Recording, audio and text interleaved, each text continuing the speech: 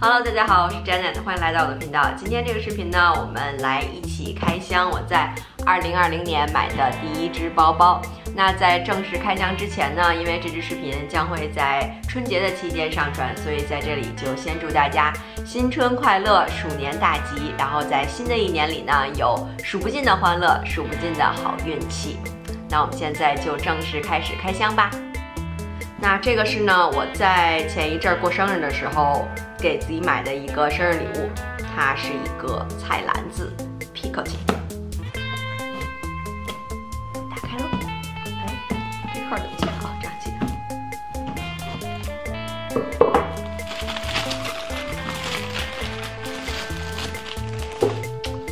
它是一个很小的一个菜篮子。里边有一个防尘袋，然后这个盒子里边就空了。我把这盒子放在这儿吧，哎，放在这儿不错，可以让我的脸更亮一点。咦，这是什么？哦，它这个里边还带了这么一个小册子，是保养的一个说明书。我之前的包有没有？之前的包不记得了。OK， 那把它拿出来。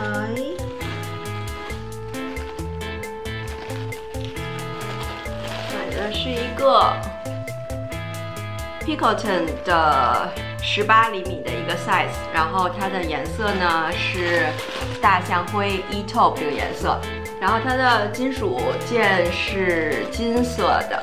其实我当时去买的时候也没问说这个金属是什么颜色，打开来之后发现，咦，不错，是一个金色的。然后把它这个因为菜篮子挺容易塌的，所以里边要有这个，每次用完之后把它塞回去，保持它的这个形状。它大小就是这个样子。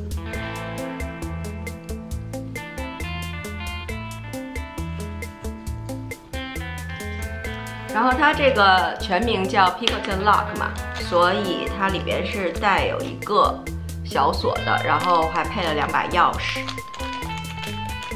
锁头是金色，纯当装饰性的话，哎呦，钥匙掉了一把。纯当装饰性的话，可以就这样直接搭在上面。但是如果要是为了一个更安全的考虑呢，可以把它穿到这个孔里来，然后就这样搭着。那我当时在试这个包的时候呢 ，sales 跟我说他们也会就是这样穿过来之后，再这样反着别过去，就这样拿。好，钥匙要拿掉。那把这个锁安上的话呢，它打开的时候就是最多就开到这儿，其实我觉得也差不了太多啦，也不会特别不方便，所以还是把这个锁挂在这里会比较好看，就是这样的一个造型。那它的还有什么？它里边的这个皮是这种叫什么翻毛皮啊，还是叫麂皮啊这种材质。外面就是这种带荔枝纹的皮。那因为我现在还没有对爱马仕的皮革有非常深入的研究，所以也不是特别的确定它这个皮叫什么名字。底部挺硬的，然后有4个这个小钉子，所以有想装进东西去应该是不会塌掉的。它这个底部和边上的皮来比起来，就是感觉很硬挺。那我先说一下买这个包的一个经过吧，希望对想买 Picotin 的人呢有一点帮助。那 Picotin 它虽然不像 Birkin Kelly 还有Constance 那么的难买，也不需要配货，但是它毕竟是现在爱马仕一个很受欢迎的入门级别的包包。价格呢，相对于其他爱马仕的包也是比较好接受。它现在的税前价格是2725美金，在纽约州加上税是最后不到3000美金的一个样子。所以这个包，价格不算高，然后长得又很可爱，又是一个皮质的一个包包，所以其实还挺一包难求的吧。尤其是大象灰配金扣的这个颜色也是很难的遇到。那我是去年圣诞节前的一个周末，就是顺便路过 Madison Avenue 那家爱马仕的店，想说就进去随便看一看。当时是想看围巾，但是可能是因为正值圣诞节前，大家都在买礼物，所以买围巾的人特别的多。于是我就先下去看看，随便逛逛包。当时是完全没有买包的计划。于是呢，就看到有一个女士正在试一个菜篮子，黑色的18厘米，想说，咦，店里有菜篮子哦。然后又在橱窗里看到有22厘米的菜篮子摆在里边。当时我就找了一个 sales 问他说，那 Picoton 18厘米的还有没有其他的颜色？然后他说有，于是就进去爆出来一个，挺鲜艳的一个粉色，但我现在不记得是 hot pink 还是像粉紫色那个了。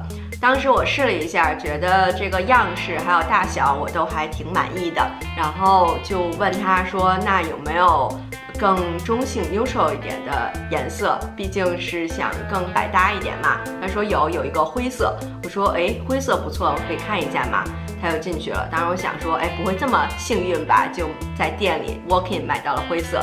但是很遗憾，他出来的时候告诉我说灰色已经没有了。不过呢，下周他们会收到一批货，就是 Picoton 里边会有一些neutral 的 color， 比如说大象灰啊、金棕啊都会有。我说那很好啊。于是我就把我的联系方式留给他，同时也找他要了名片，这样等于可以和他建立一个联系嘛，就是更主动的能 follow up。毕竟之后可能还想买其他的包呢。后来离开了店之后呢，我还再给他发了一封邮件，再次确认了我想要的这个款式、大小还有颜色。不过当时那个邮件是在等车的时候顺手发的，后来我发现邮件里边连 Picoton 这个包的名字我都拼错了，觉得好囧啊。但是接下来这一周呢，也没有收到这个 sales 的邮件或者其他的消息，但是我也没有很失望啊，因为觉得毕竟这么热门的包包款式，我在爱马仕是没有任何的消费记录的。那虽然我之前有买爱马仕的东西，但都是帮朋友在配货，我自己是没有一个账户，没有建立起来消费记录的。想说这么热门的款式，他们可能是还会留给比较熟悉的客户吧。所以呢，我也就没着急，也没有主动的去追问，想说那随缘好了。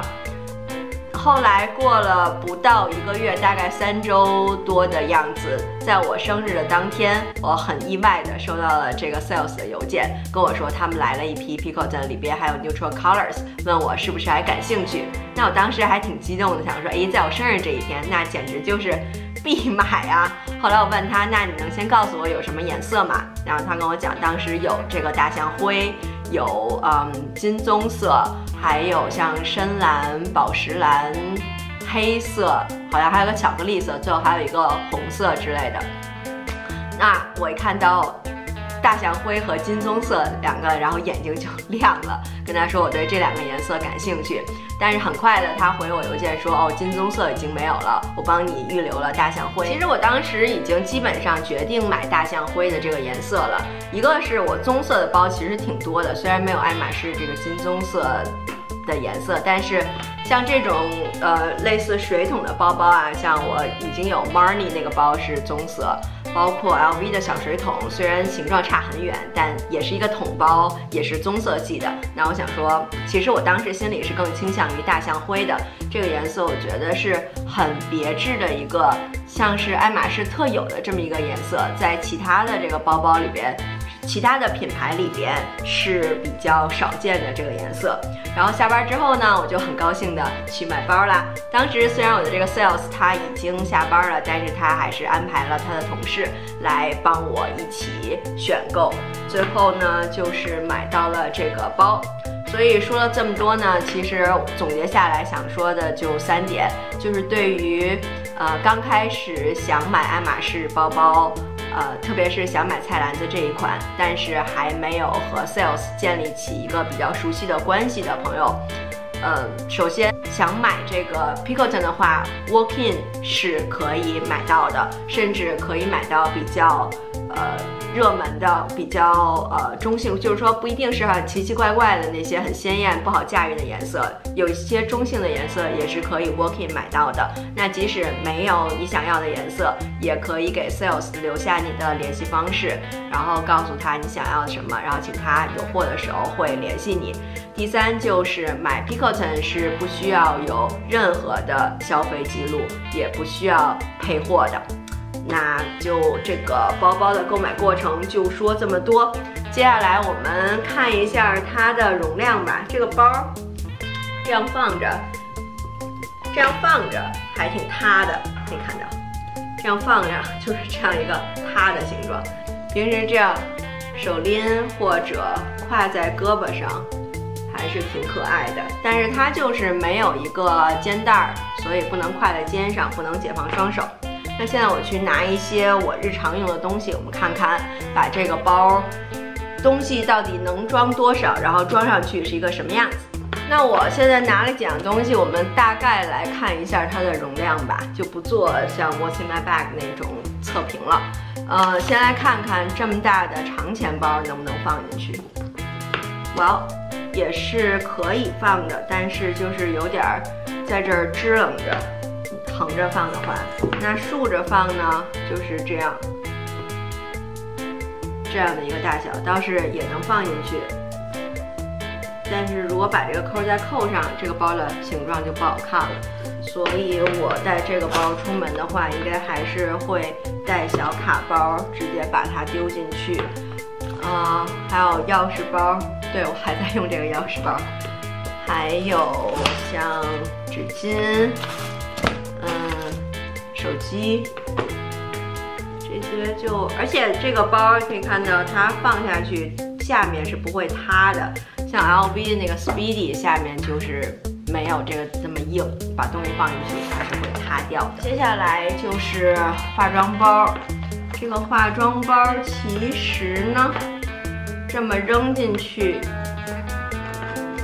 也是可以，但跟这个长钱包一样，就边上会支棱出来。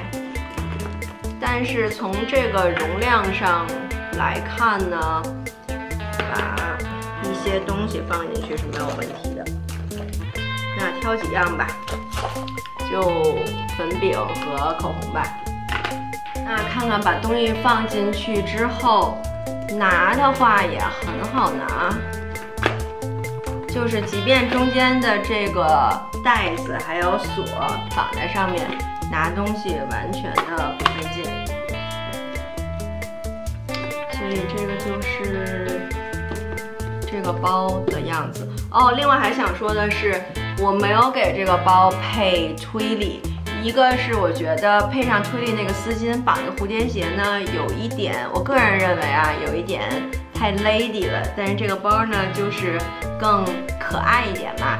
我是想配那个小马的这个挂饰在上面，我觉得和这个包会更配。但是我买这个包当天店里是没有那个小马的挂饰，也是很难买。另外这个推力，当时 sales 跟我说绑上推力的话，可能会对这个包开关就是会更麻烦一点，不好拿东西，所以我也就没有了绑推力的这个念头。那最后我们再来看看上身的一个，就是我160背上这个18厘米的 Picoton 是一个什么样的效果。这个就是160背它的这么一个效果。平时就是这样手拎着，或者这样挎在胳膊上。觉得这个包夏天春夏就是肯定不要穿大衣吧，穿上大衣会显得这个包太小。但是其他的季节只要穿的不太厚重的话，这个包包的大小在160的身上都是特别的合适。